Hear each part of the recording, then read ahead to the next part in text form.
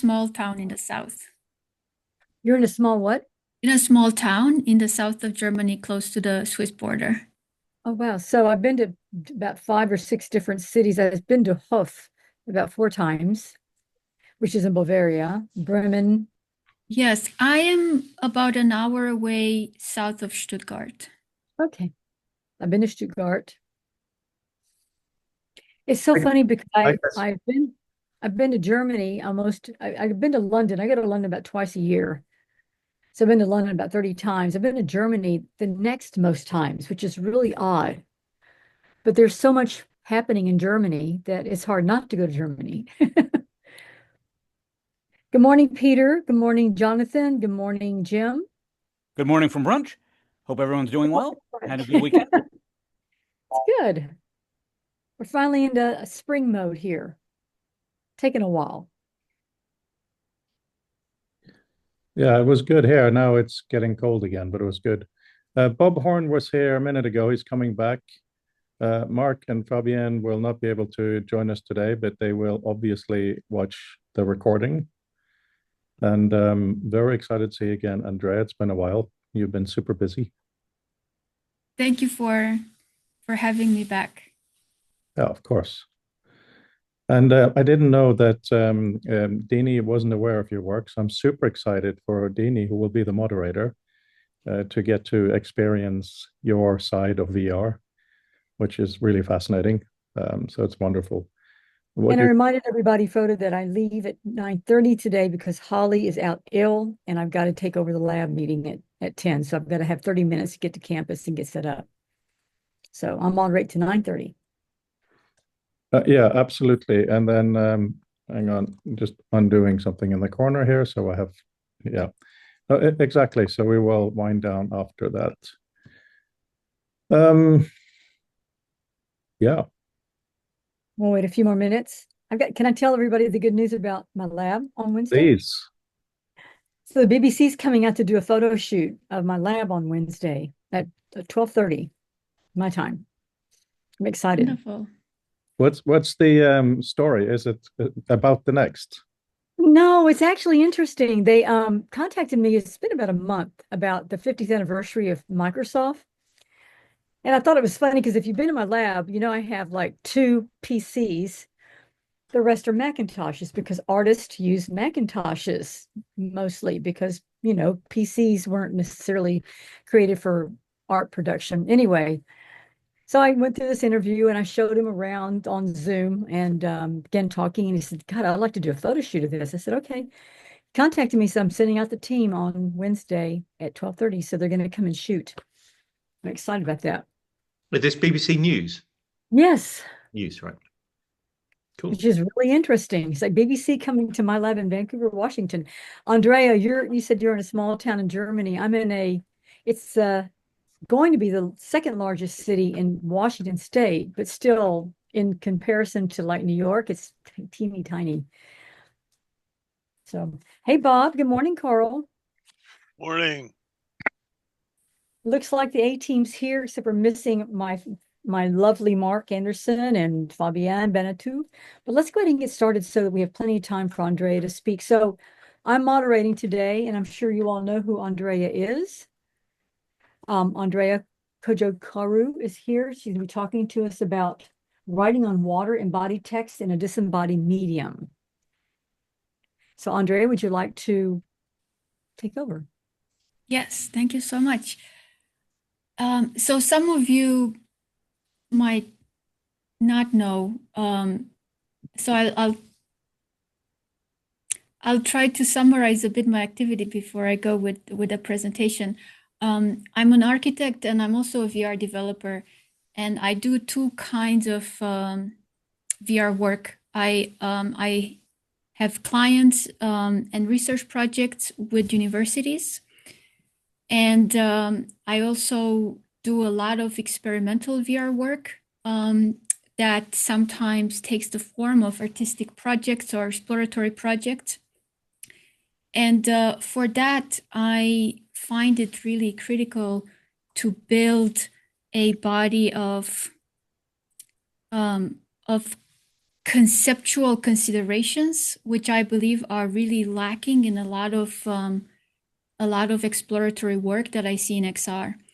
And this is my second time presenting to this group, and I know that I know that the group is very, very intellectually hungry. So when I present to this group, I love to take this opportunity and focus on the conceptual work that I do, rather than the giving people examples of what I implement. I know the second part is also critical, but just given the amount of time that I have, I will go with the most important thing, which is the theoretical framework. So I'm gonna share my screen.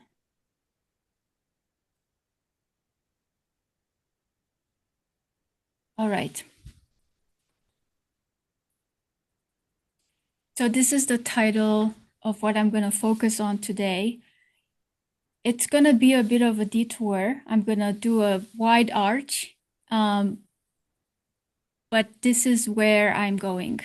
I will bring you back here to this title in about half an hour. So, as I already mentioned, I'm an architect. I was trained to be a brick and mortar architect. And what this means, in my definition of what I do, is it means that I work with space as a medium to design relationships between humans and environments. So at the center of this activity lies the nature of this relationship. That is what I design. I don't design buildings. I design the nature of this relationship.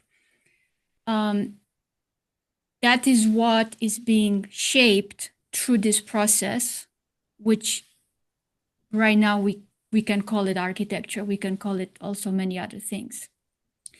And the type of relationship that humans have with their environments is actually falls on a bright spectrum. So it can go from encompassing environments that call on you through their affordances.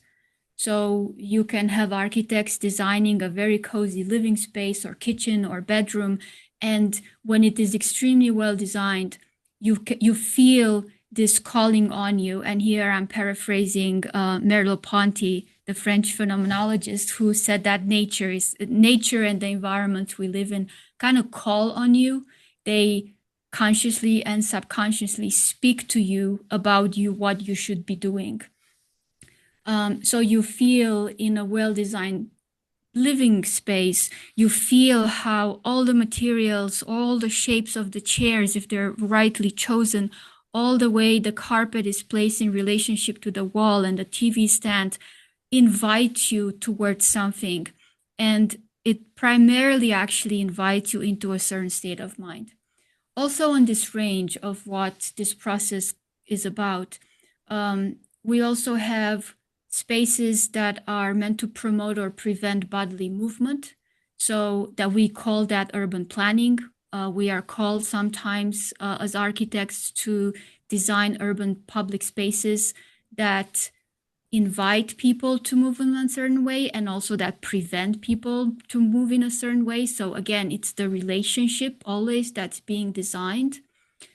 We can also work with spaces that change your state of mind by modulating your sensorial perception. So here you have, everyone is familiar with the striking discrepancy between how domestic space feels, like how the entrance into your apartment building feels, and how something like the interior of a temple feels. That's what we call contemplative space. And that striking difference between how these two spaces feel is actually how your body and mind relate to those two spaces. That's a relationship. And that is not by accident, that's being designed. And sometimes when it's very striking, sometimes when you walk from a public plaza or the sidewalk into a cathedral, let's say, that's the transition between normal space and a heterotopia. That's what Foucault call it. It's designed to be so striking. It's designed to feel a bit like a hit on the head. You're all of a sudden transported somewhere else. There is a very clear catalog of elements that we have as architects at our disposal to modulate every single part of that feel of the hit on the head. So all of these things are what I call designing relationships between humans and environment. It is never, ever, ever about a building or this is concrete or wood or anything else. None of those things, materials, views, whether it's glass, whether the roof is aluminum or something else, all of those things are meaningless unless they're guided by a concept that's about the relationship you have. Your relationship as a body that is thinking and feeling with that space. That's what's being dealt with and designed. So also within this activity, there is something that is quite interesting that happens that I want to mention. So I would say it's something special that happens when thoughts, and perhaps here the right word would be intention, are transformed into something that is being experienced as perceptual reality.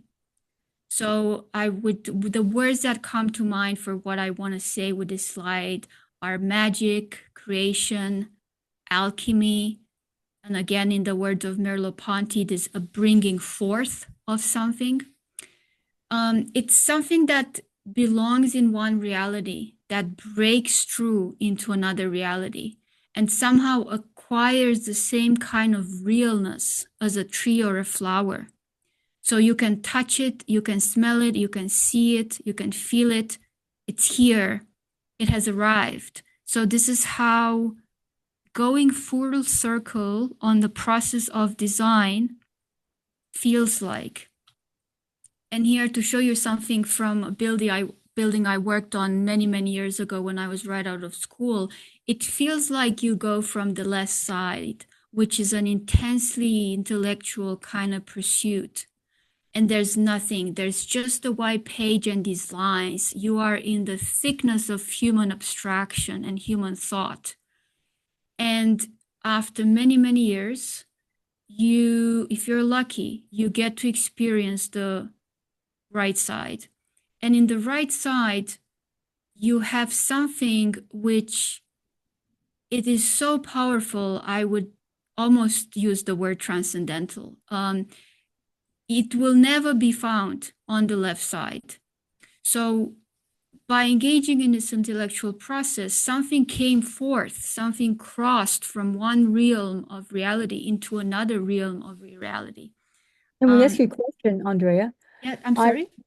Thanks for sharing that image. Can you explain what you mean by left and right side? Because I'm looking at the entryway. It looks like a hallway with high ceilings and windows.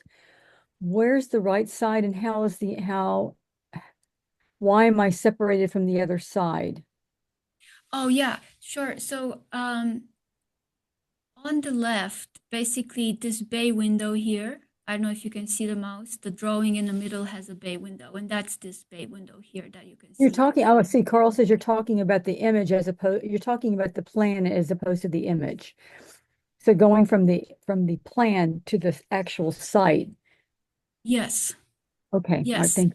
Yes. So I'm talking about a crossing that's conceptual. Yes, not what the image is showing. I'm talking about crossing the mental realm of ideas into experiencing the object of the intellectual pursuit, in experiencing it with your body. So that crossing over as this thing that was intellectual becomes flesh, becomes real. I'm describing that as for me, something that's like a magical moment that feels like the true moment of creation. So to try to summarize that, you could say that we are dealing with a mental reality and an experiential reality. So the mental reality being the drawings and the plans that I was showing, where the architect is conceptualizing of this building. And then you have the experience where, okay, the building is done and you feel the beautiful light, and something that could have never been encompassed in the drawings is now being experienced. There's a question from Peter. Yes. Peter? Yeah, I'm just curious. Are there any architectural notations that bring in the element of light?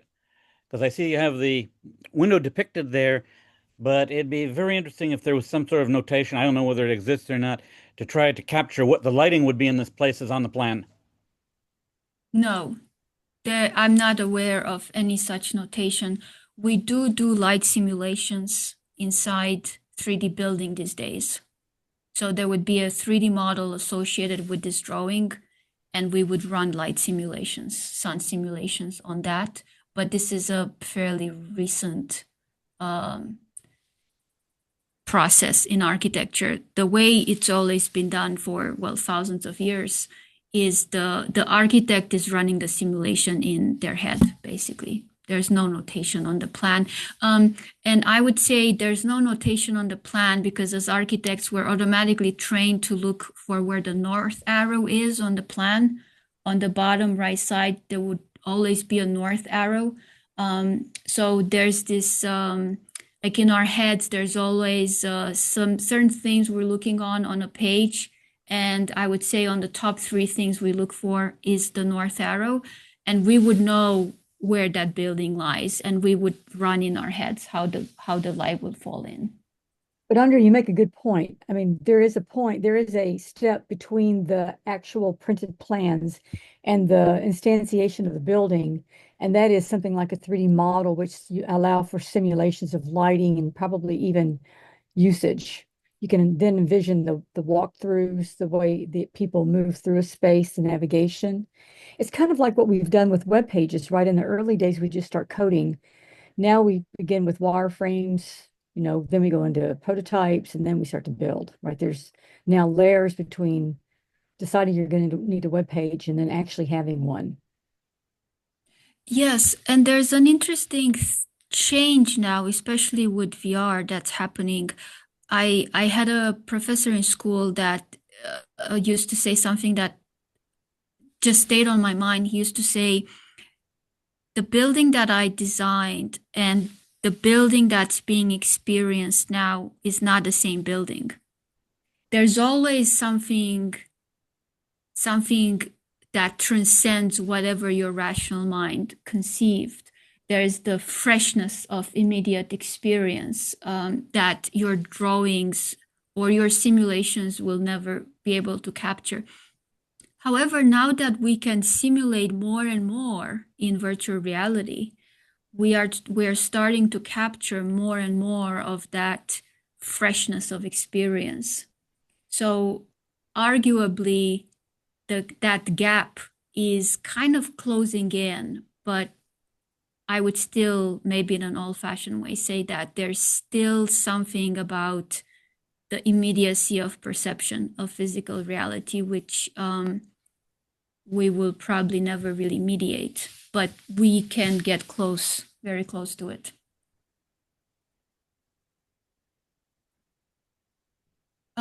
So the kind of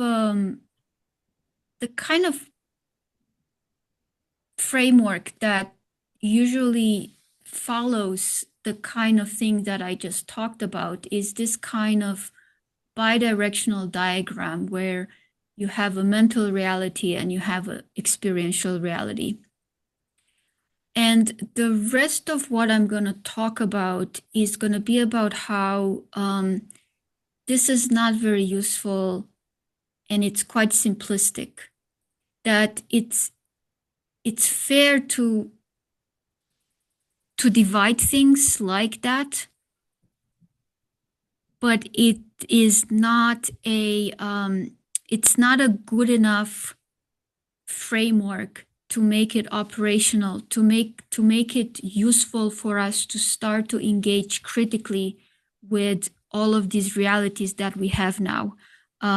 So there's physical reality, and then there are all these immersive types of realities. And in my opinion, real progress can only be accomplished in XR on the basis of a solid operational framework. And this diagram here is not it. It's too simplistic. It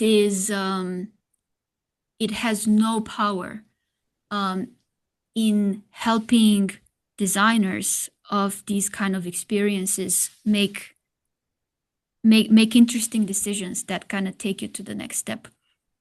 So before I move on to my take on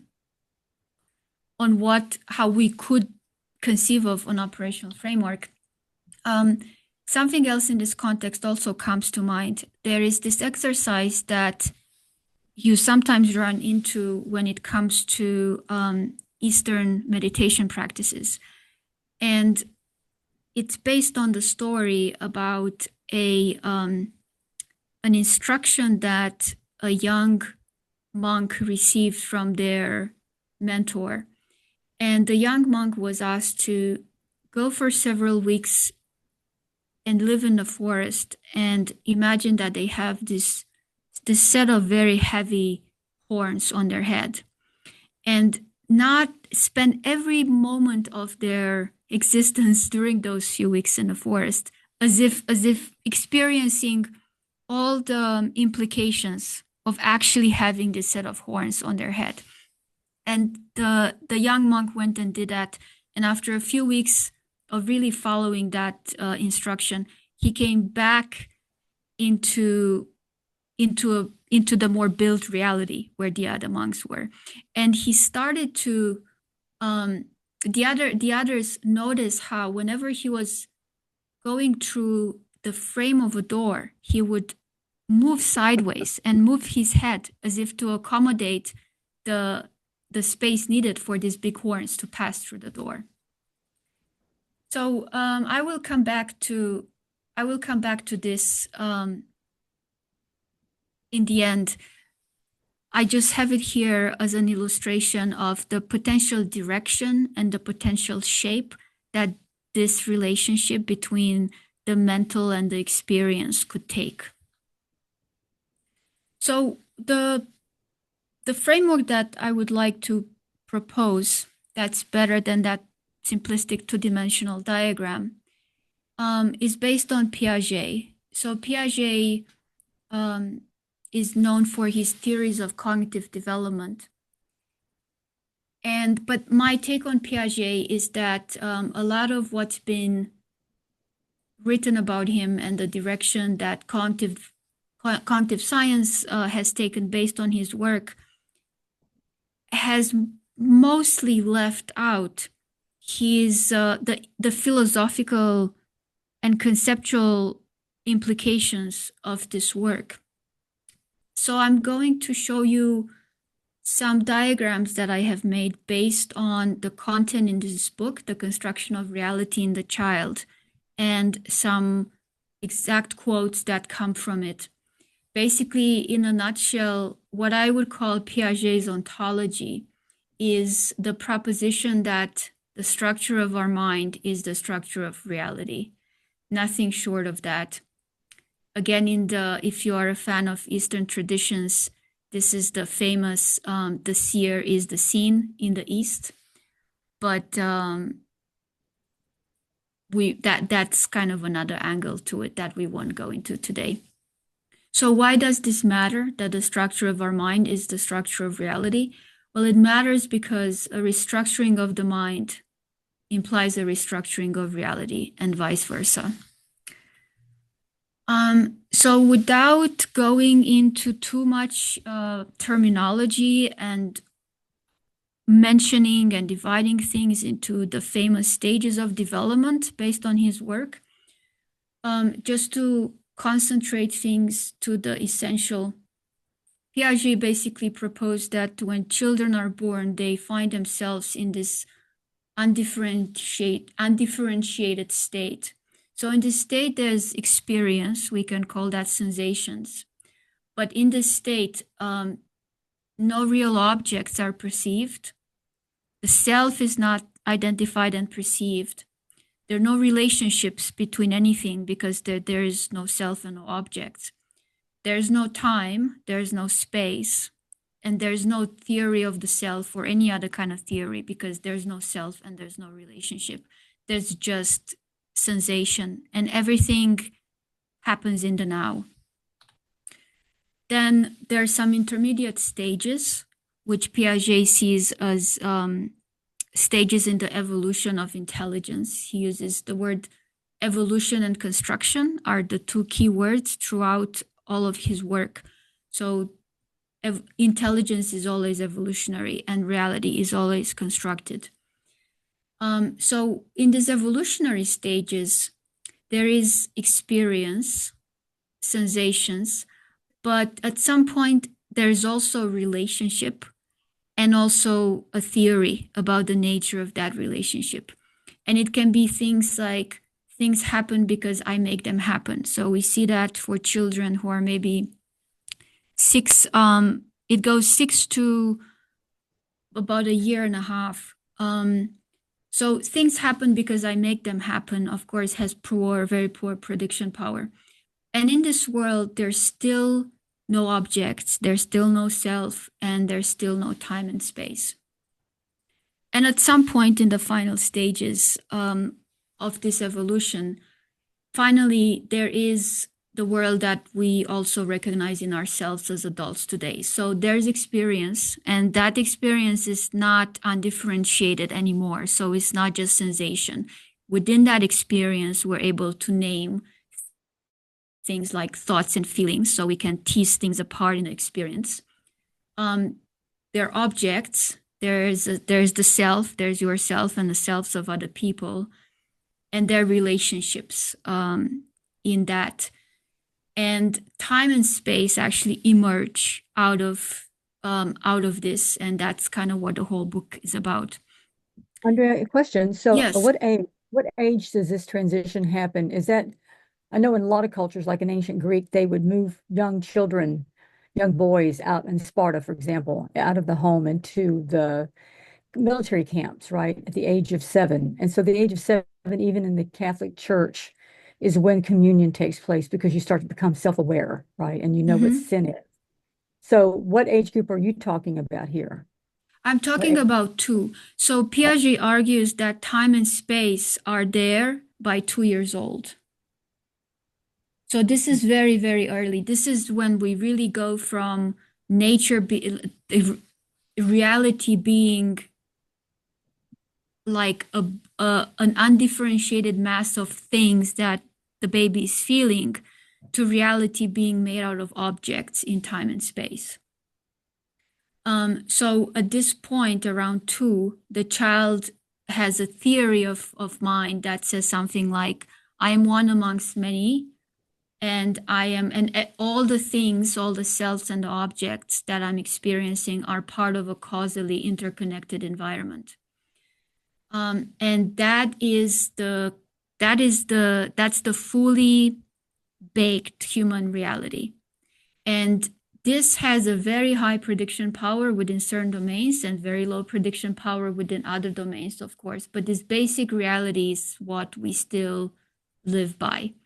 And what I mean, it still has very low prediction power in certain domains is, I mean, without the helps of things like mathematics and more advanced functions of the intellect, which emerge much later, the child and even us adults would still believe that the rational assumption is that the sun is moving around the earth. So without some serious mathematics, that would still be the reasonable thing. So the basic human reality without any help is very useful to predict what's happening in your environment and not very useful to predict other kinds of things. So yes. I said thank you. And also Peter asked at the end of this, would you mind sharing your slides with us, or would you rather not? No, I would absolutely. I would be happy to. Thank you. So the key point behind these diagrams that I now want to back up by some direct quotes from Piaget is that time and space cannot be conceived as independent elements, that they are being created by the human intellect while reality is also being created, constructed. Constructed is the word. Hang on a second. Can Yes. everybody please mute yourselves? Those of you that aren't muted, can you mute? Thank you. All right. And this is extremely important to me because I think most of the world, definitely most of the intellectual Western world, still functions under this impression that there are certain elements of reality which are given and objective. And Piaget will really attack that. And it's very interesting how we have, he has become the kind of like the standard, and he has propelled us into the study of cognitive development. But these more philosophical parts that are actually more fundamental, which he comes back to again and again in his writing, have kind of been not taken so seriously. So he says in the book, and the whole book is kind of full of this, that the appearance of thinking, in the appearance of thinking, the child tries to accommodate schemata to situations different from those in which they arose, and the schemata adapt to each other and cease to function separately. They become sufficiently mobile to combine among themselves. So this is how he characterizes with the schemata the intellectual evolution process through which reality is constructed. So they're more and more schemata, they're more and more interconnected. The schemata are basically hypotheses that the child develops in trying to make sense of this undifferentiated reality that the child starts with at birth. And in this context, we are always also talking about the organization of the subject, in Piaget's words. So it's not just that there is a subject that's organizing reality by understanding objective time and space. The subject itself, it's being organized in that process. So it's not just that there's no reality, there's no subject either in the beginning.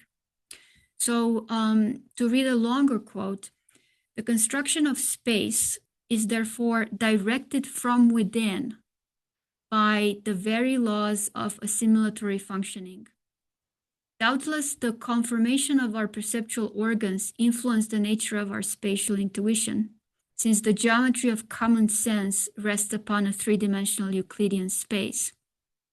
So here Piaget is acknowledging, or it seems like he's acknowledging, some kind of objective reality, right? And he's saying there might be some kind of objective reality that's a three-dimensional Euclidean space. But here it comes. But this influence is only restricting the possibilities of intuition among all the geometries rationally possible. The problem to be solved is that of the transition from psychological space to perceived and conceived space, or to put it differently, the transition from the functional a priori to the structural a posteriori. So we are swimming in this mass of undifferentiated sensations, and an evolutionary process that of the intellect building itself up starts to unfold. And the Euclidean or non-Euclidean nature of the space actually only restricts the possibilities. And I think this is just very beautifully illustrated. He also coins a lot of terms that I find extremely useful, even to conceptualize the first part of my presentation, where I try to kind of give you some example of how I think of designing space as an architect. he introduces this knowledge of physiological space. So space, the way space is perceived prior to the intellect putting its tail in. And then he says that there's a transition then from physiological space to perceived and conceived space. So that's space shaped by the intellect. And again, functional a priori space to a structural a posteriori space. So that's an abstract space that can be acted upon because you have understood it, but you've only understood it because you've built it yourself through your intellectual mechanism.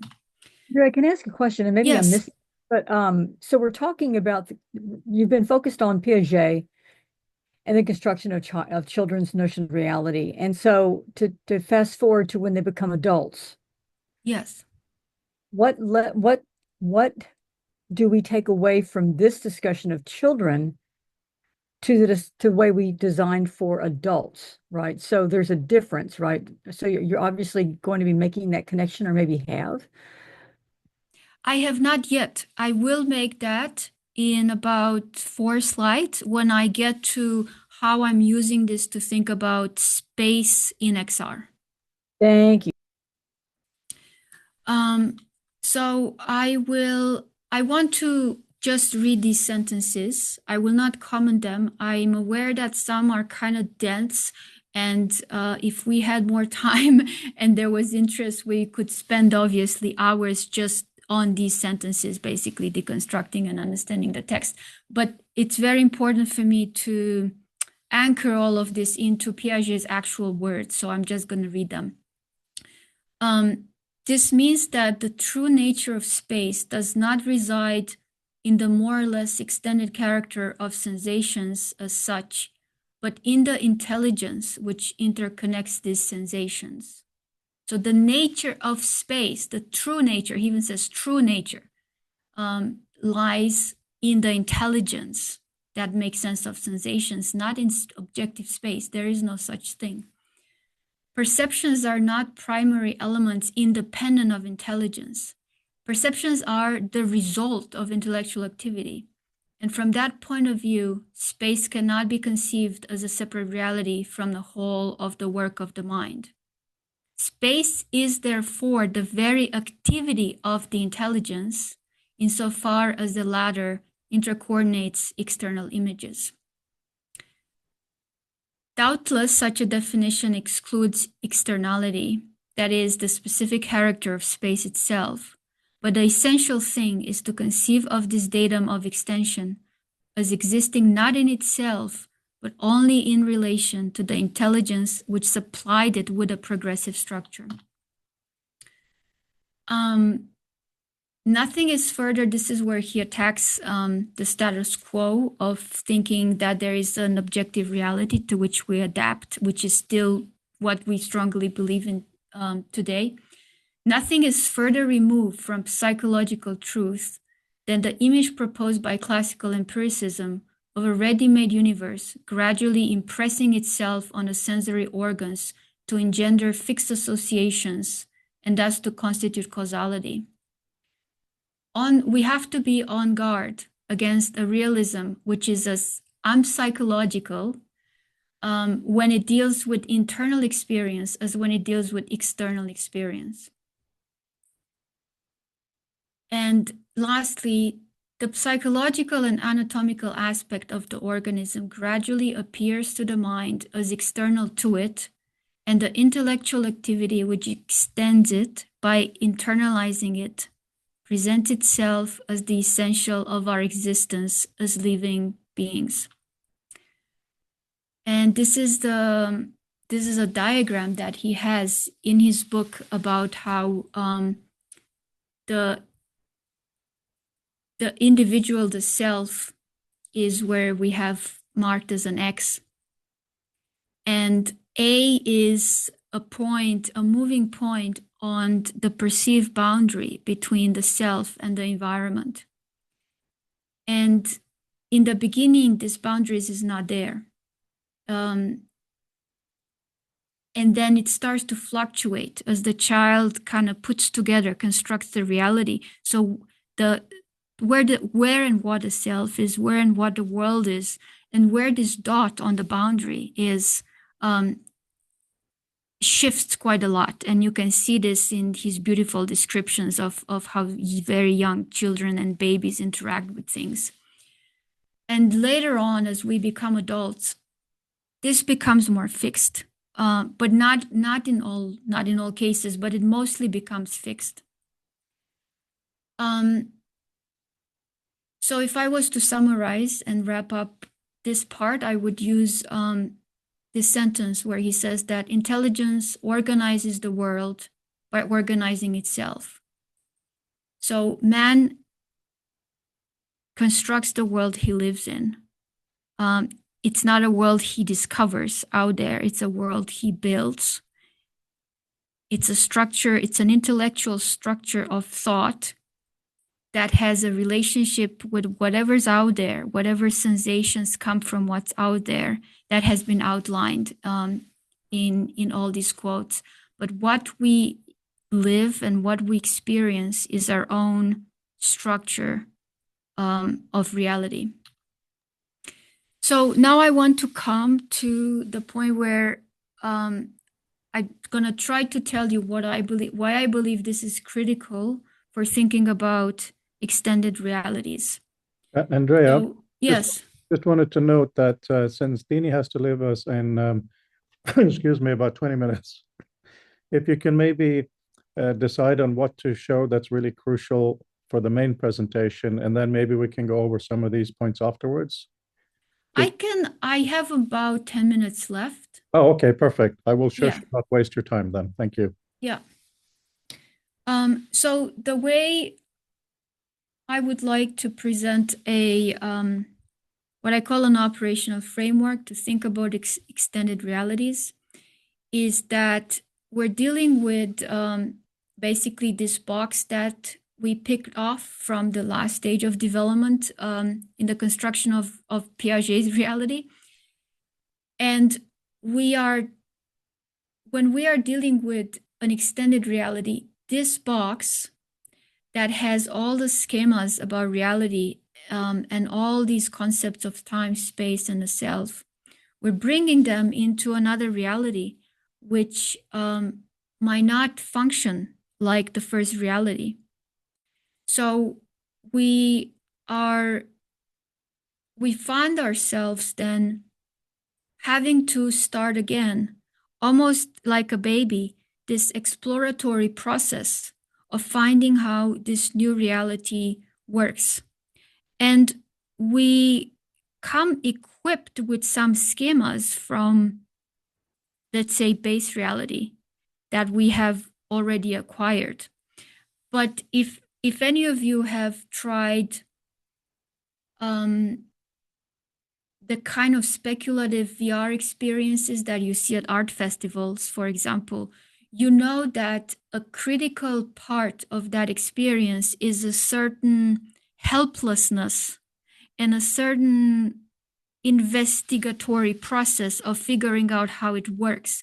Because what these artists are doing is they're actually embracing the freedom that's there in these synthetic, what I call synthetic realities. Because to make them work just like physical reality, that's just a special case. That's a programmer putting some effort into trying to copy all the things and the behaviors of physical reality into these synthetic realities. But I want to argue that that's not really where the magic, the potential magic lies. Now, what is the point of text in all of this thing? And I want to speak also now a little bit from my experience developing some of these strange experiences, and also from what I've seen, how I've seen other people react to these kind of experiences. So when you drop a subject into a synthetic reality, which does not necessarily obey all the laws of physical reality, the first thing that fails is text, is speech, is words. Basically, it becomes really hard to describe what is happening, why something is not working. You are seeing the process that a small baby goes through when they fail to understand the basic laws of causality. This is when people start to try things out because they just don't know how things work. And you could call it bad UX, but in this context, I'm talking about really pushing the boundaries of cognition and experience. I'm not talking about making successful products. So in this state of quote unquote bad UX, you will see text completely fail. You will see gestures become more important and potent in communication than words. You will hear people say things like, let me show you. Do you get it now? Just look at it. And then they do something and they want you to see that. So text basically collapses back into gesture. It collapses back into the body. So when thought fails, and that's always reflected in the inability of the subject to verbalize what they think is going on, the body is there to pick us up. So the body is there to test things out, just like a baby. Personally, I find this to be the most exhilarating part of this technology, and it's the reason why I'm doing what I'm doing. I find at a personal level, the experience of falling back into the body, of experiencing the inability to put words onto what's happening with me right now, absolutely beautiful. To the extent to which I would say that text needs to evolve towards accommodating this type of fluidity, In a way, this is the opposite of what it was first designed to do. The body becomes the source of knowing and then gives birth to words and syntax to support that knowing once again, but it always starts with the body.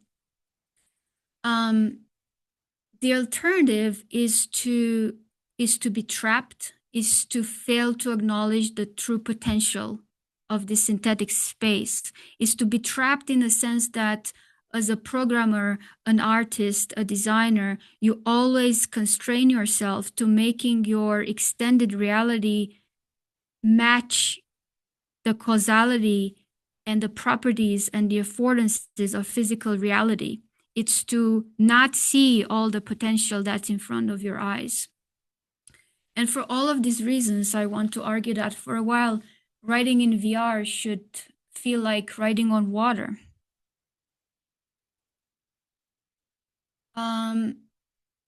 And I will want to go back here to wrap it up and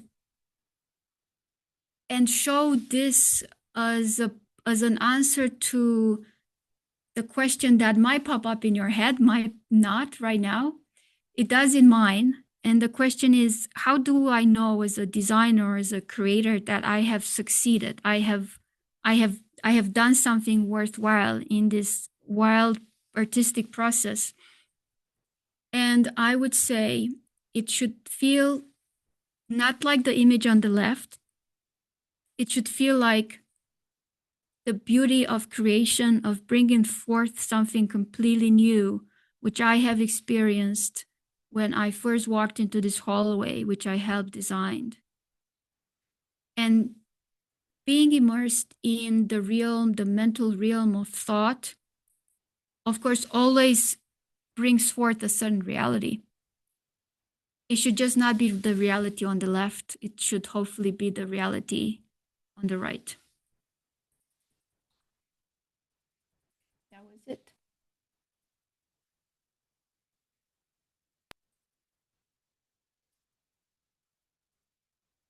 Thank you, Andreea. That was wonderful.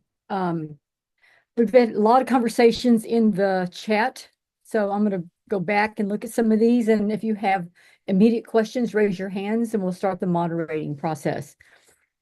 A lot of discussion here. Rob asks early on, I wonder if the misreading of psychological for physiological might actually be illuminating. And Carl responds, the perceived space, or the latter half of that sentence, is basically psychological as its brain interpreted. Sorry, could you read that from the beginning, or I missed. I think you read the question a bit too fast for me. Sorry about that. So Carl mentions physiological being the actual body and stimuli itself. It is as it is versus a perception interpretation of that state and those signals. And then Rob Swigert responds, I wonder if the misreading of psychological for physiological might actually be illuminating. So the discussion that you were introducing there, Rob, please.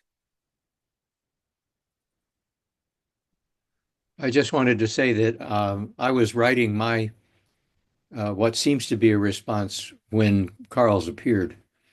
So actually they were simultaneous. Thank you, Rob. Piaget would say that there is no how perception really is. That is, so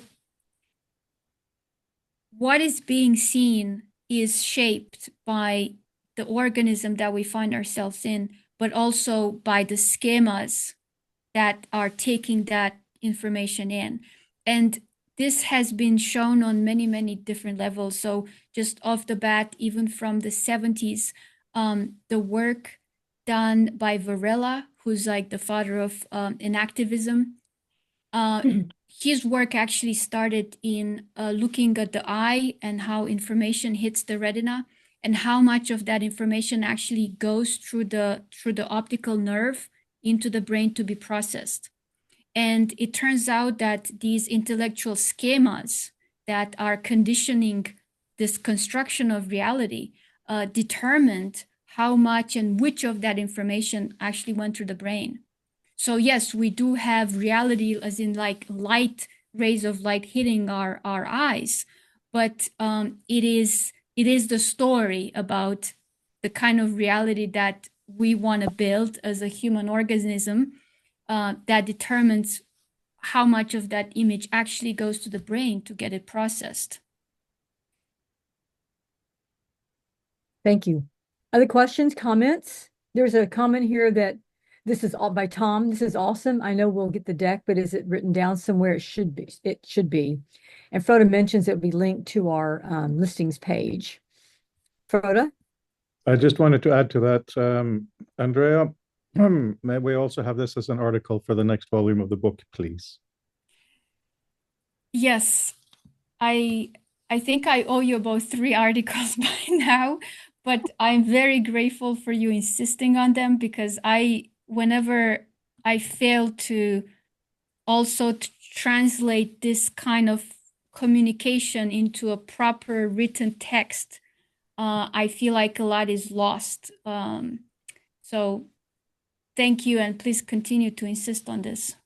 I will, and I see Brandel's hand here, and Dini is moderating, but on the issue of articles for the book, Dini and I have been talking quite a bit about citations and how they mean different things for different academic disciplines.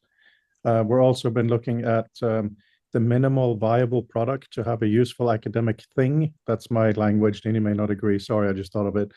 So please don't think, and it goes to all of you, don't need to write a massive long thing. If it's easier to write, let's say, 3 articles for the same book and they connect to each other, especially if they have a citation to an earlier volume, that is so much more exciting for us now that we're building the VR experiences as well.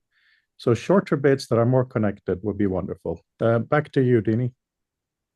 We have Brandel, Tom, and Peter. Brandel?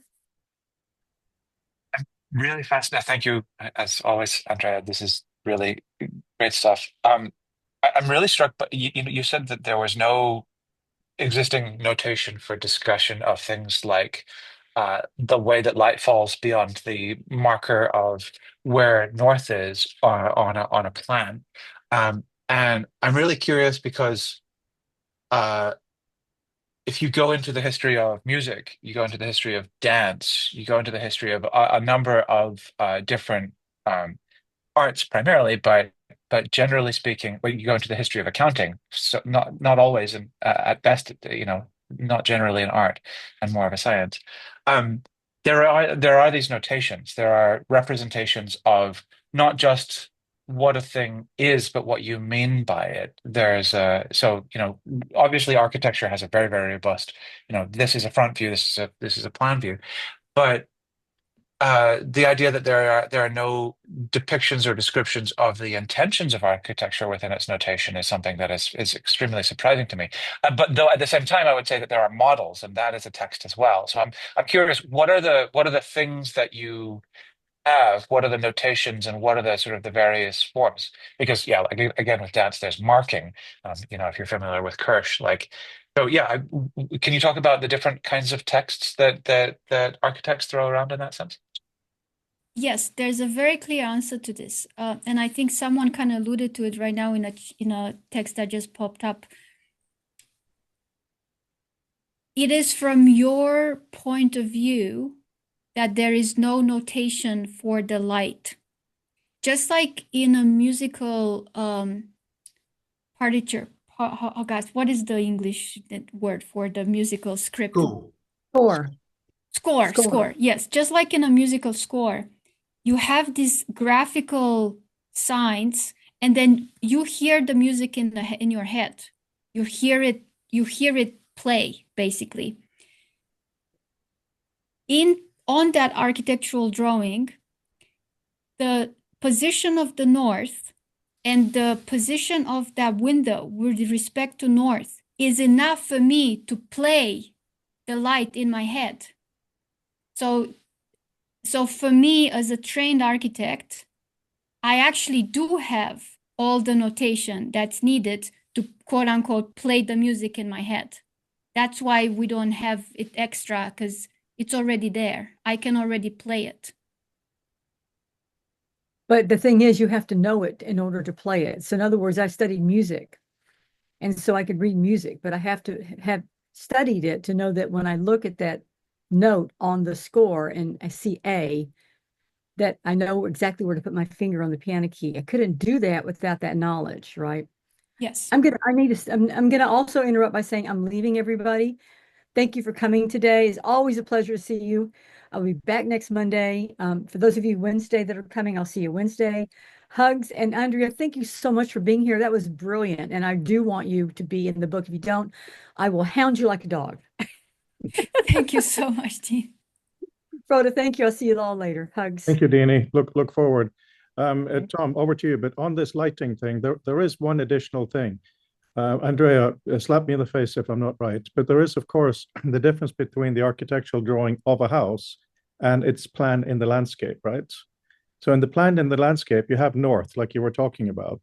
And as long as you have the north related to the thing as you were talking about, not only a trained architect like yourself, but if you put it into something like SketchUp, software that you can say where in the world it is, what the orientation is, it can then relatively easily render for different times of day. So I'm saying it partly because it's a little bit obvious, but also if you have these two variables, so much can come out of it depending on what your technical or learned sensibilities are. So I think that's kind of important. Correct. It's the same when if someone who can't read a score sees a score, then if they can't read the notes, then they can't hear any kind of music. So you have to play the music for them. It's the same with architecture. Sometimes for clients, we have to go in and show them these simulations so they can, see the light move. They can hear the music. But for me, actually, that can be even hurtful in a way because I move faster and I can go and do more permutations when the simulation is in my head. But yes, it's a way, this rendering is a way to play the music for people who can't read the score. And there you have the single biggest issues for the future text community. That is, it's cool to do things external, but the point is for them to have their simulations supported internal. So that was really, really valuable. Tom, please take it away. So yeah, I'm riff off of this a little bit. So there's several layers, and of course, since I've been waiting, there's been other things that have been said. I'm like, oh, wait a minute, I have something to say about that too. So on the music thing, and this is true of architecture, it's true of painting or whatever. It's not just about reasoning the score; it's that additional what you put into it. It's what I can do with the musical score versus what Yo-Yo Ma can do with the musical score, right? And so I've been a musician at various times in my past, but I don't pretend to be that level of musician. Paint by numbers, et cetera, is not art necessarily. It could be, but and I would say the same thing is true of an architectural diagram. Again, that larger picture of how that whole comes together in the final output is not always reflected in the actual picture. And of course, there's all these adjustments, and I've been through building projects too, but there's all these adjustments that happen along the way that the engineers and the construction people all make these things, and some of them can have a very significant effect on the outcome of the constructed reality that you're trying to produce. But my question is kind of going a little bit further back than that, in the sense of, you talked about not wanting to write things down because you don't feel like you're getting the message across with text. And this is a point that I come to frequently myself. But I was curious, and my solution to it is visualization, creating diagrams of thought and things like that. But I was curious in terms of, text used to be the only technology we can easily bundle home and text used to be the only easily accessible technology for most people. I would say easy to access, not easy to master. But I'm curious in terms of what your thinking is in terms of new technologies, not just XR, but also what we put within the XR and what we put within our thought environments. If you had unlimited power over your medium, how would you tell the story in a way that's I can't think of a word, in a way that is not just in the moment, in terms of, how do you memorialize it? How do you create something that people can look at after the fact and refer back to, if you're not going to do it with text? And I'm not saying you shouldn't, I think you should, but I realize the limitations there, very much so. Let me attempt a response. So what Frode said about the rendering process is kind of the key for me.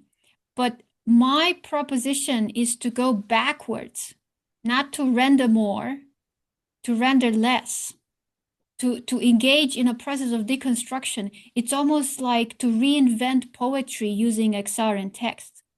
I feel like we are at a point in time where we don't need more stabilizing. We don't need more like being grasped in the precise meaning of an action or of a word. Like, I feel like civilization has reached that point. Like, we are at the peak of Rome. We have nailed the heck out of the meaning of every word. Now what I'm proposing is that we use XR to go back to being a baby, to go back and put the power of establishing the meaning of an action, the meaning of a word, the meaning of a sentence back into the body, put it back into the individual and put it back into the body. And let that whole experimentation that happen to all of us between 0 and 2 years old, bring it back into gear. So you're arguing against overstructuring the environment. Correctly, and okay. I'm arguing about like a poetic regression for a poetic regression. And I'm arguing that we are all so conditioned to be scared of not understanding something. So that's how I'm reading this impetus towards rendering, towards clarity, towards gazillion links to all the references, right? To make sure that everything is clearly contextualized and understood.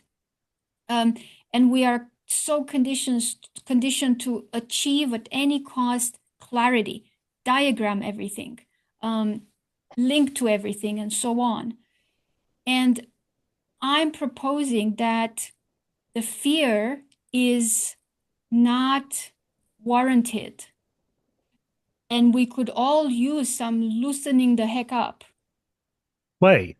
And that's what children do. They play with things. They play with ideas. They play with the world. But at the most important fundamental level, the construction of reality.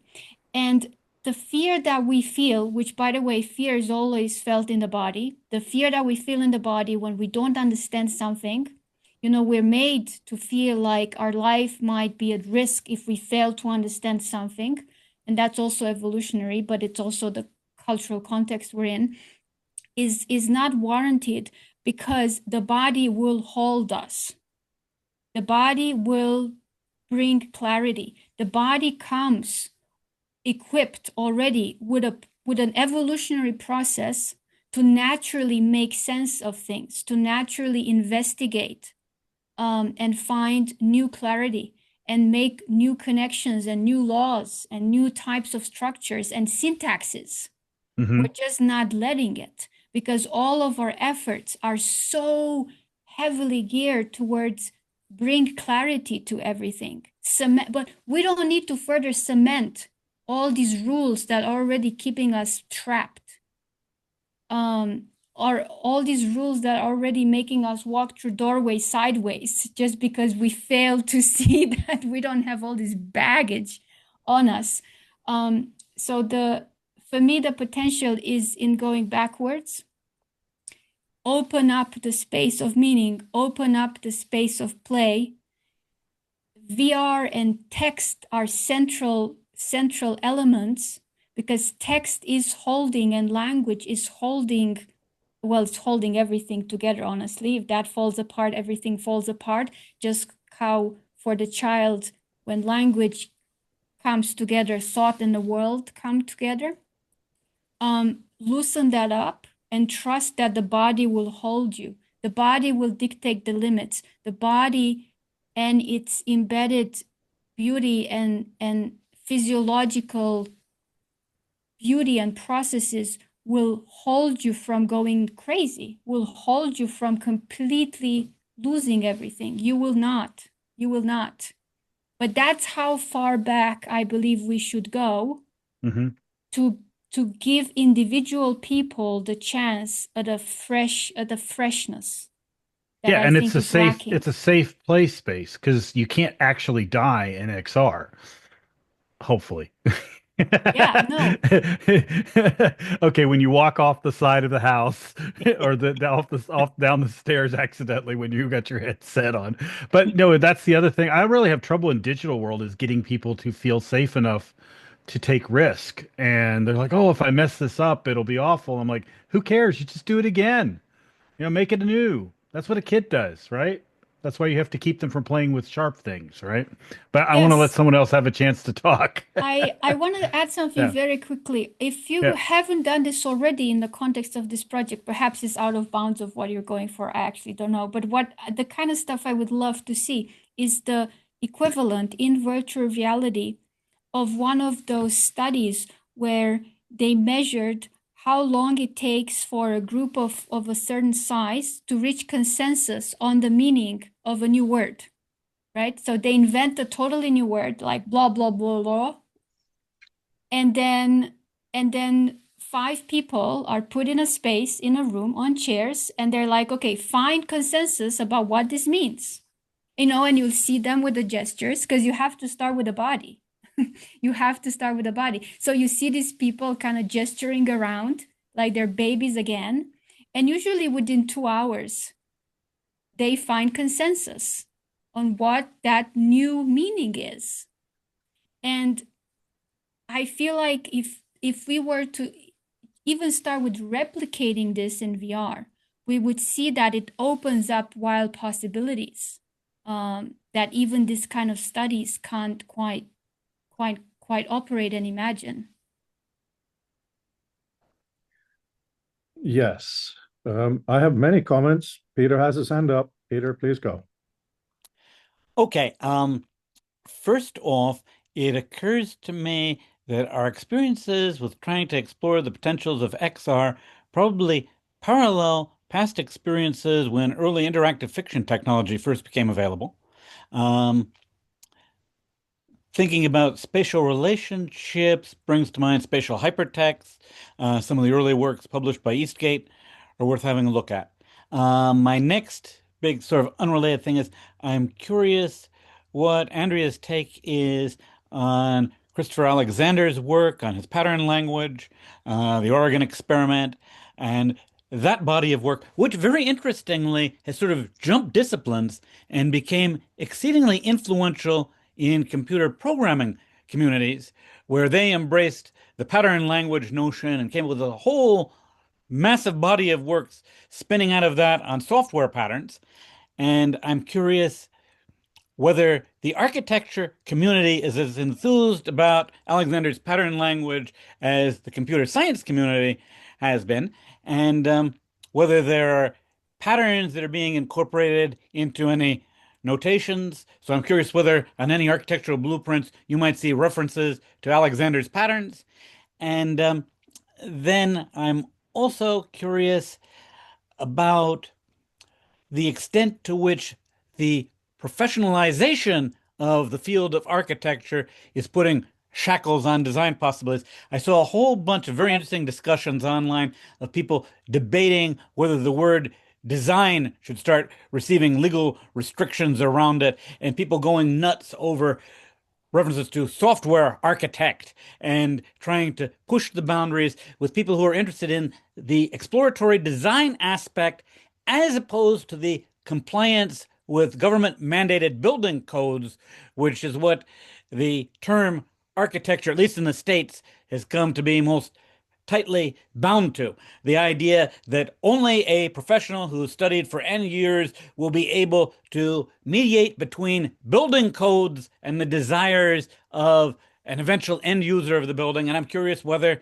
there is any kind of a movement towards an end user architecture where people who are enthused about exploring spatial possibilities but have utterly no interest in worrying about wall thicknesses to allot permissible piping and how many liters of fluid have to be able to pass through the plumbing system of a structure and what the rated wattage needs to be for electrical service in order to support X number of units. And the other final little thread of thought is the notion of liquid architectures where we can have buildings that have more active elements in them.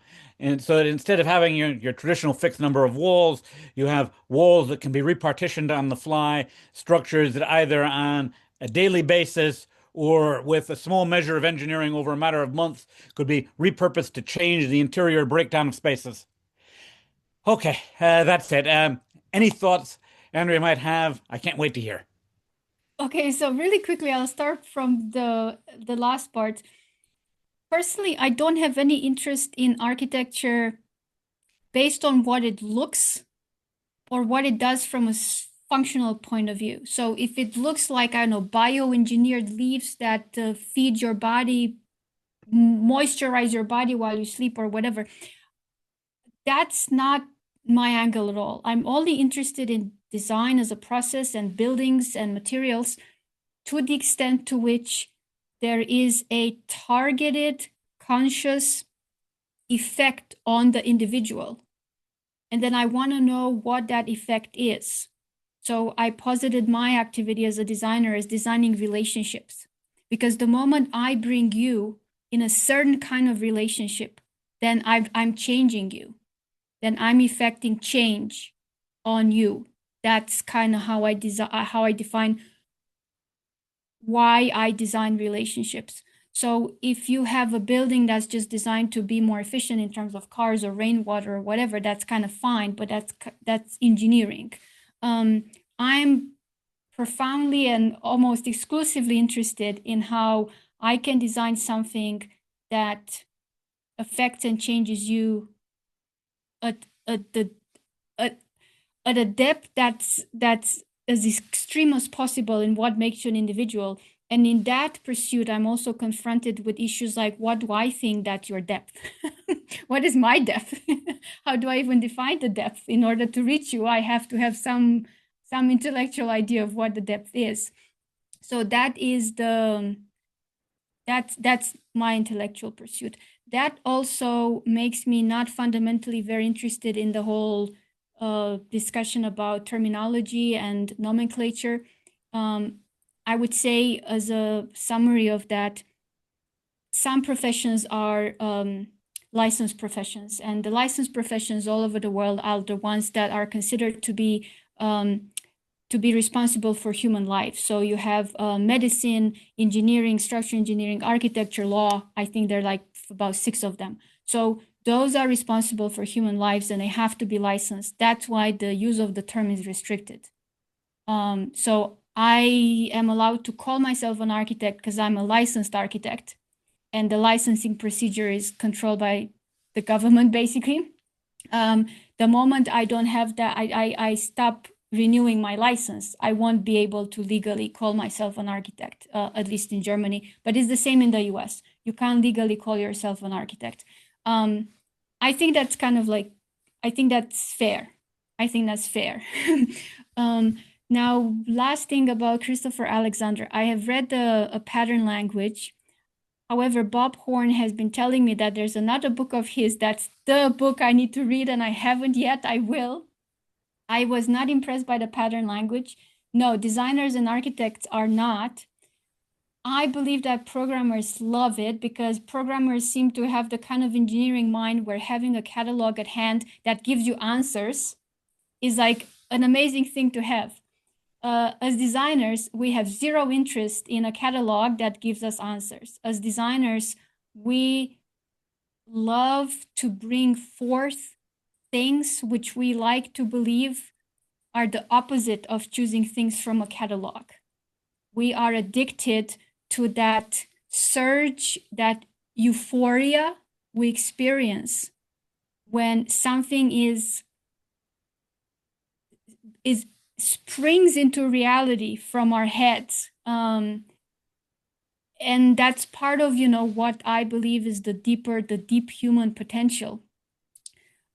So I have zero interest in any technology that is trying to take that away from me, zero interest in any kind of catalog and catalog, and I'm missing the expression in English. I'm sorry, I'm blanking out. But yes, and I will be happy to report again on Christopher Alexander once I have read his other books.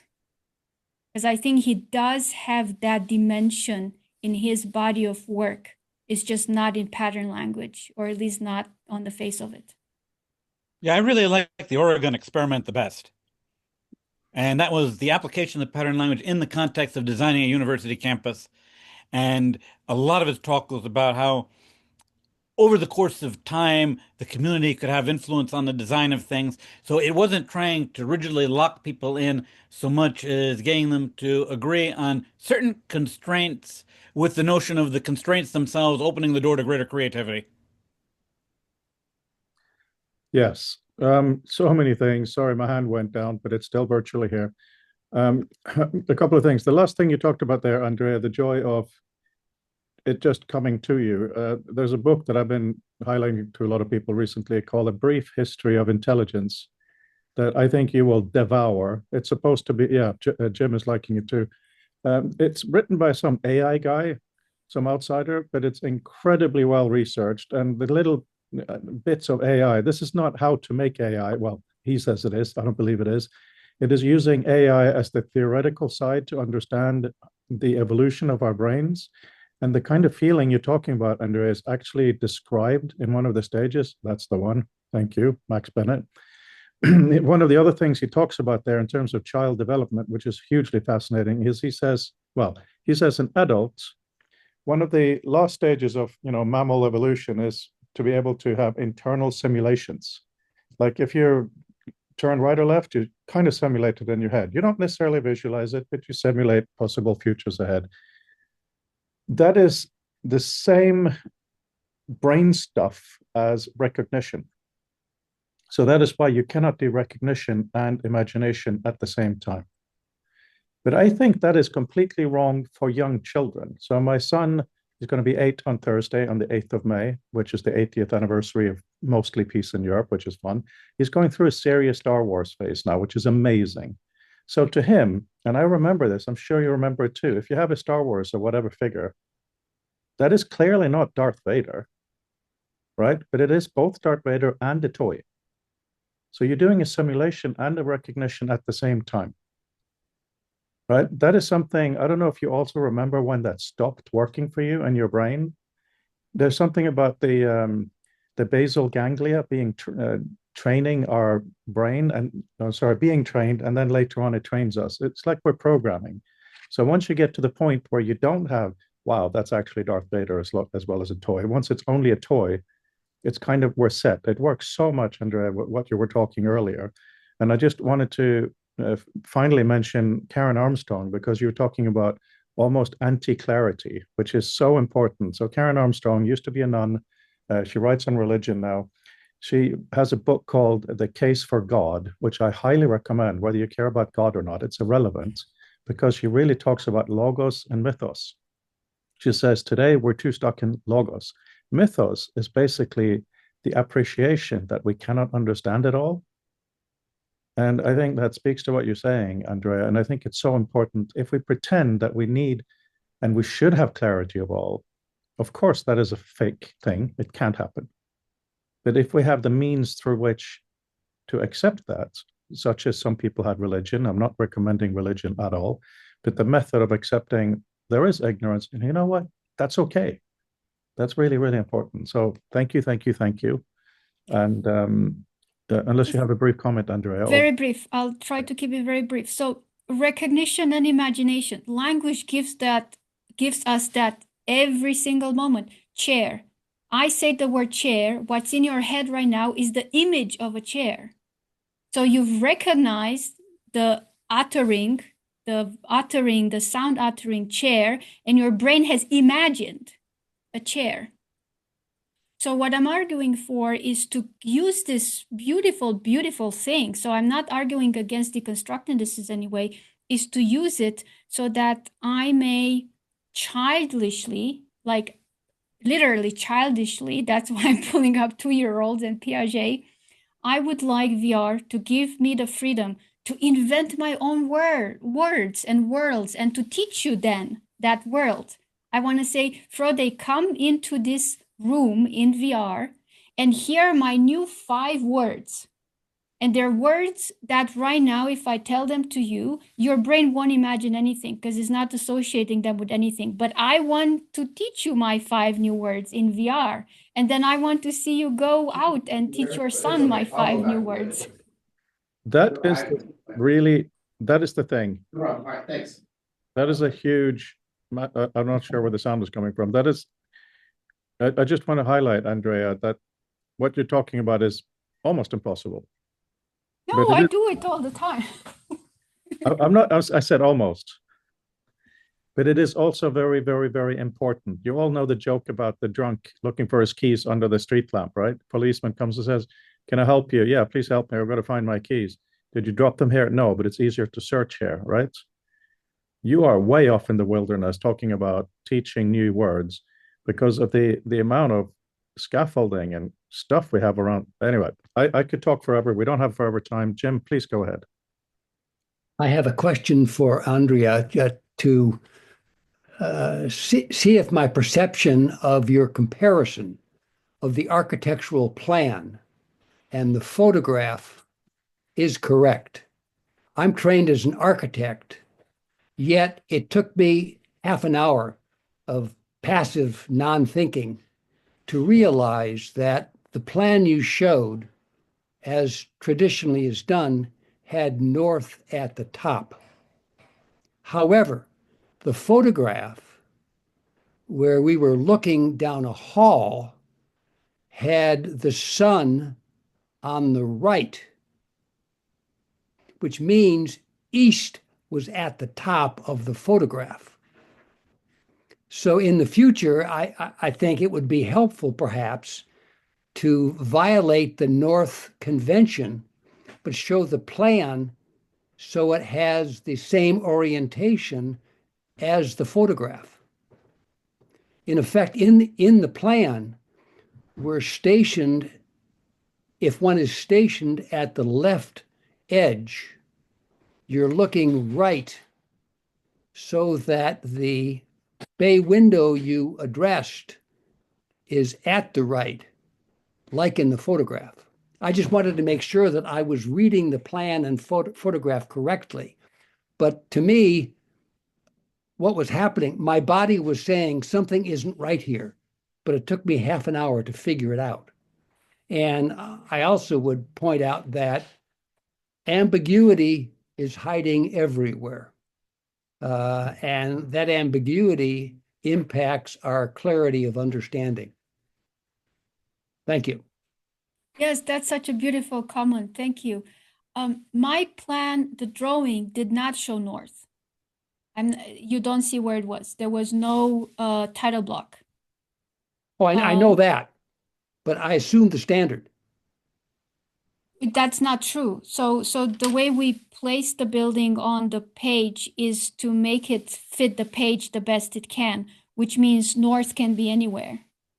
So first we fit the building shape onto the paper, in which case it's a rectangle, and then we just see where north is. So I can pull up the north on that because I have cut away the title block. But that was missing information actually, where north actually was. But what we do sometimes is when we show clients these kind of images, we would draw a little eye Yeah. and add that to the plan to show that's the angle that the picture was taken from. So we do add that thing. But the something that you mentioned brings me back to the earlier discussion we had about rendering and why, as a designer, I actually want less help in imagining things rather than more. So you are all probably familiar with the famous Frank Gehry sketches, where he would just do some scrambles. I mean, that's an extreme version of it, but because it's so extreme, I think it maybe can illustrate my point. When you are inside, when things that are fixed are so loose, so the plan that I showed you really fixed with a lot of precision all the elements of the building. There was little room left for my imagination to still play out scenarios, because that plan belonged to a later stage of the building, where we were done with the design process. We were done playing out scenarios. It was fixed, and it went to the construction company to build it. But in the design phases, I love my lines to be as loose as possible. And I love to run as many simulations as I'm cognitively capable of in my head, because it is in the lack of a fixed meaning and a fixed view that creativity comes up. And I'm just defining creativity as basically my personal joy.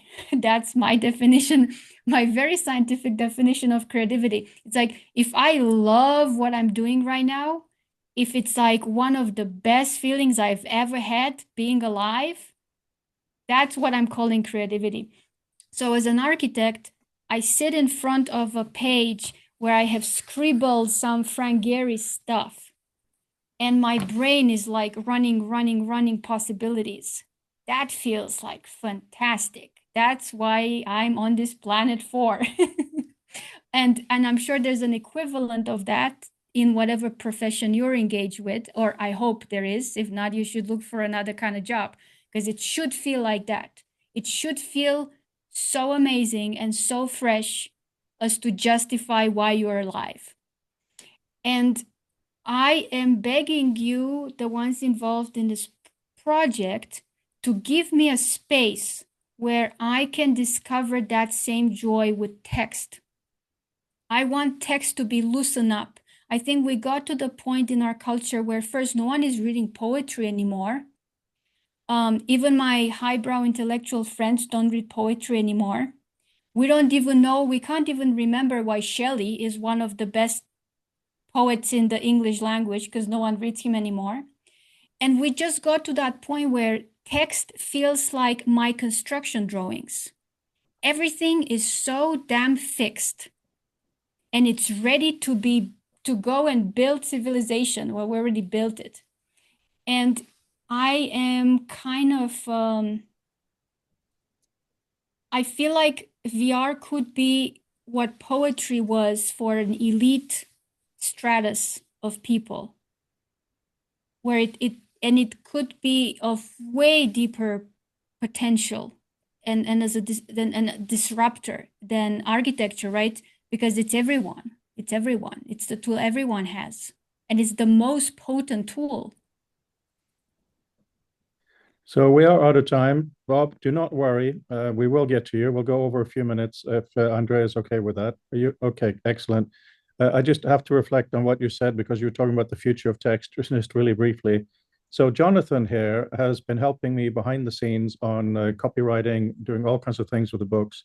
And he said something a few months ago that really, I want to give you full credit here for the transcript. I'm talking to Jonathan Finn.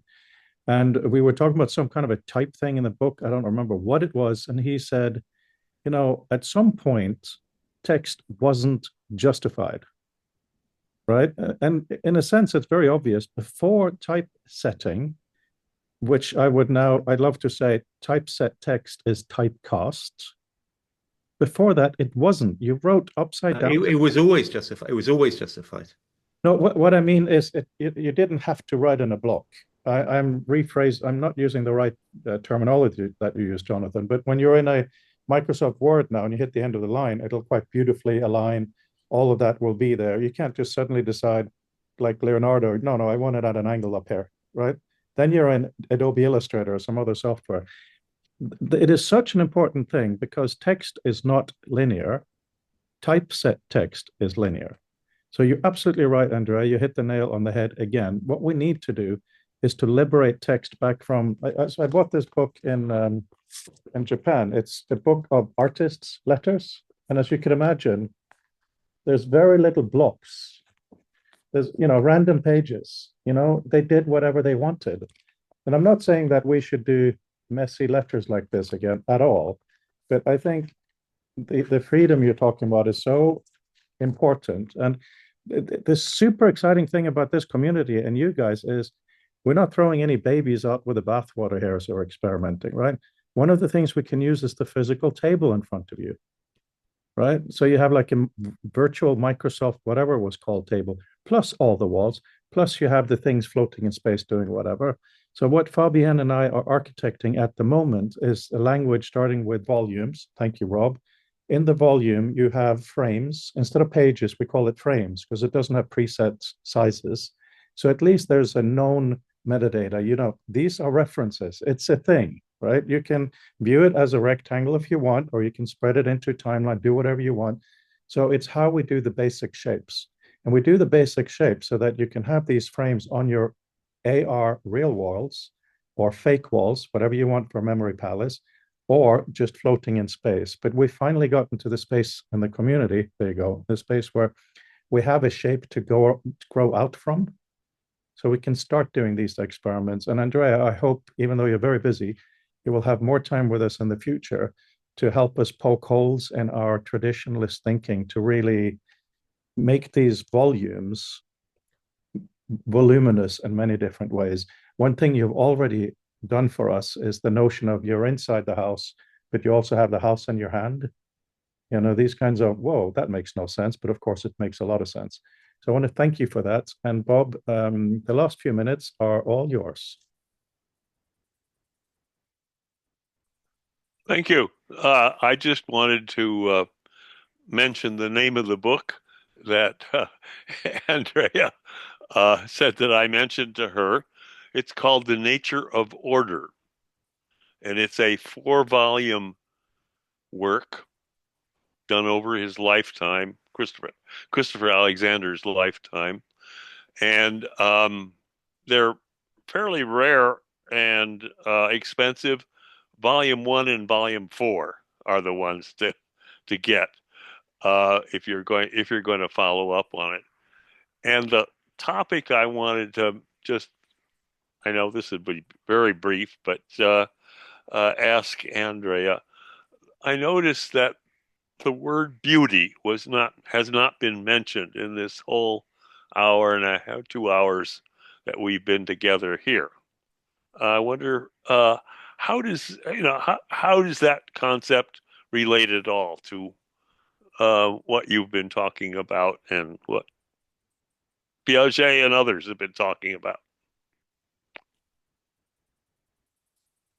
So this is a really big topic. I don't know if I can attempt a take on it in like a minute or a few sentences. So the nature of aesthetics, it's something fascinating, and it spans like mathematics and philosophy.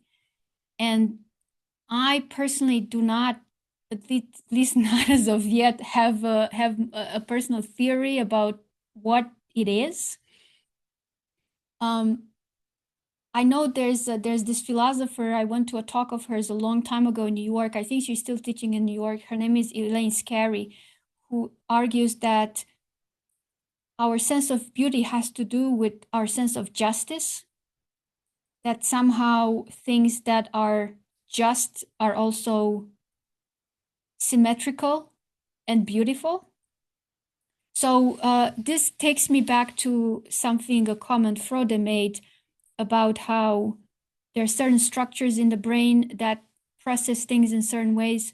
I'm fascinated by structures in the brain that are double loaded.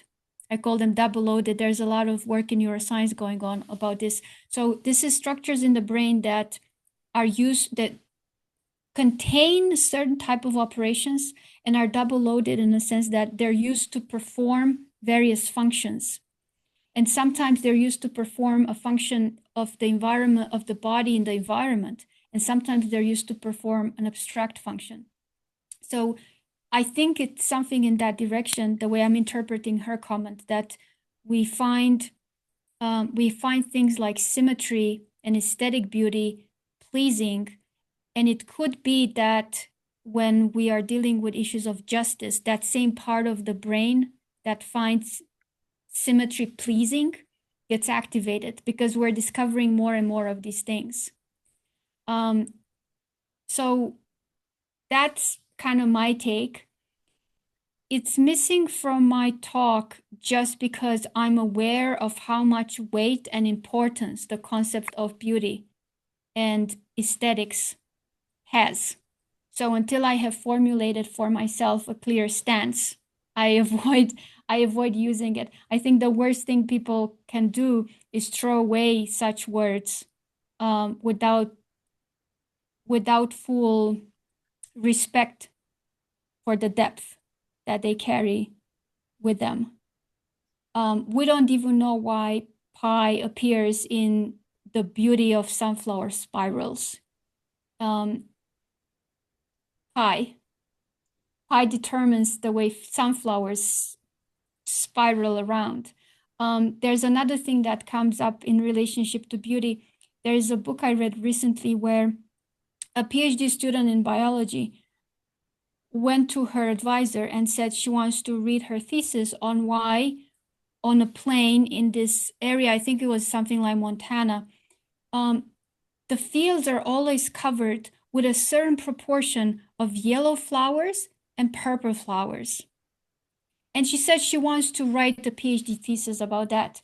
And the advisor completely trashed her. And she said she doesn't understand the difference between aesthetics and science. And the program she's enrolled in is doing proper science and is not busying itself with aesthetics. And that's another department. And of course, many, many years later, maybe even decades later, it turns out that there was a very precise, very scientific logic in why the chemical that produced the yellow had to grow in a certain proportion, in a certain ratio next to the flowers with the pigment that made them look purple. So I have a lot of respect and reverence for the complexity of this topic of beauty. So that's that. And one last thing before I shut up for the night. This thing, again, back to Freud, and the brain structures not being able to do two operations in the same time, or double loading operations, I think could be a it plays a big role in my current thinking about XR and the potential of the space. You mentioned this function that we have in one of our applications, where you can be inside a house and hold the house in your hand in the same time. So you're seeing yourself, you're experiencing yourself at one-to-one scale in relationship to the house. So the walls, the tables are one-to-one scale. And then you're seeing yourself as a tiny figure inside a tiny house. And in this application, you can cause change. You can interact with a house, either at one-to-one scale or in this tiny, tiny thing. You can even move yourself, which is the thing that's tingling my brain in the most pleasant ways. I call it mini-me. I can pick up mini-me. I can pick myself up and drop myself in another room. And then I'm all of a sudden in the other room. And the kind of tingling of the brain when that happens is really wonderful. And it triggers in me what I believe is what children experience, because it triggers in me the urge to do it again. You know, when children have just discovered a new thing, they tell you, okay, do it again, let's do it again, let's do it again. And then you have to do it like 20 times, and you are an adult, you understand what's going on, but they just need to see it again to believe it. That's why I'm experiencing. So there's something in that do it again, that is structuring some part of my brain into grasping this new form of thought, this new potential relationship, that I find myself in two places, two different scales, and that I have causal power towards one of my appearances. So we know from other examples that when we have these kind of new structures, that these new structures, which are usually acquired in an environment, so the motor cortex has to be involved, you moving your hands has to be involved. That's how the brain, that's what tells the brain this is important, this is real. You have to be able to move your body, otherwise it's not happening. But once that is formed and it lives in a part of the brain, it reappears, it gets double loaded, it gets reused in a totally new context. And so that's basically the premise of what I'm saying, that we could put people in these environments which radically depart from how normal physical environments work. And we give them in their experiences that basically create new patterns of thought and relationships in their brains. And then these will then be available for them to be applied in other areas. And I'll give you one very clear example, very minimalistic, from Barbara Tversky's work. This is something she quotes in her book, Mind in Motion. They did an experiment where they had someone meet a new person while holding either a glass of hot water or a glass of cold water. And then they interviewed the people afterwards about how they experienced that new person's personality. And the people who were holding a hot glass of water said they experienced the other person as having a warm personality, and the ones holding a hot glass of water as being a cold person. And of course, you can look into the study and maybe it wasn't set up properly, whatever, but this has been conceptually reproduced in other areas. And it turns out that the part of the brain which is used to pass judgment on whether something is hot or cold in the environment is being double loaded and used to pass judgment on the social plane in an abstract way, whether someone is hot or cold. we're double loading functionality all the time. Absolutely. And that is really, really important. And we're quarter past, we should finish. But I'm sorry, you were talking about beauty and training. And there's something I will die if I can't add to it. And that is when I was at a friend's house, actually, Fabian, a few weeks ago, I noticed his table, lounge table, and he was moving a magazine around. To me, there was no mess.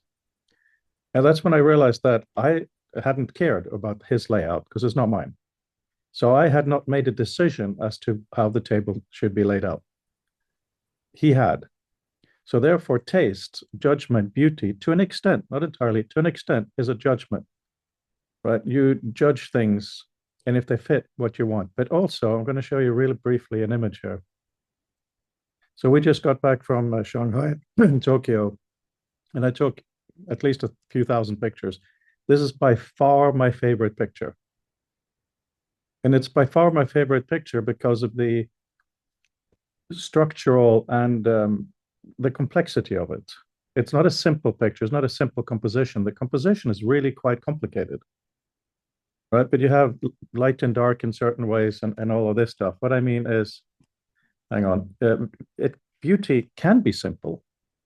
But like me, I'm a photography dude. I spend a lot of time thinking about this. For me, it isn't. That would be boring. So I think, Andreea, with what you're talking about with learning these 5 new words or experiencing these new environments, I think you're partly talking about a trained aesthetic, right? You allow your brain to see in different ways and not just take the preconceived notion of beauty you haven't thought through, but actually develop a sense of, I wouldn't even say a deeper beauty, but a more considered beauty. I don't know, but we should definitely consider these dialogues, and I'm very grateful for you here today. Andreea, any final words that won't spark another hour of conversation? Can you do that? No, I think I have a lot has been spoken. I'm very grateful for the stage. Very grateful to have you all here. Grateful that this is recorded and Frode is going to put it online and then force me to do a text version of it. So yeah, I'll tell you what happens next, actually. So once this is done, Zoom will have to do its thing, save the file, upload it to YouTube. Then I run through sonics.ai, where I have to assign everybody with names, make sure it knows who's talking. I then give it to Claude. We have a prompt for these types of meetings. So it'll summarize each person. It'll summarize you, Andreea, because you're presenting today separately. It does all kinds of stuff. It's just insane how good AI is at extracting things from, not finding facts, but extracting from what you have. It's really, really good. So that'll go on the page, plus the video. And if you please send me also your slide deck, I'll add that to it. And that can help spur the onward dialogue. So any given Monday, we're here. Even today is a bank holiday in Europe, but unless someone is in the air, they tend to be here. So thanks, everyone. And thanks you, Andreea. It was amazing to see you. And thank you for making my brain explode yet again. Thanks so much. Thank you. Bye.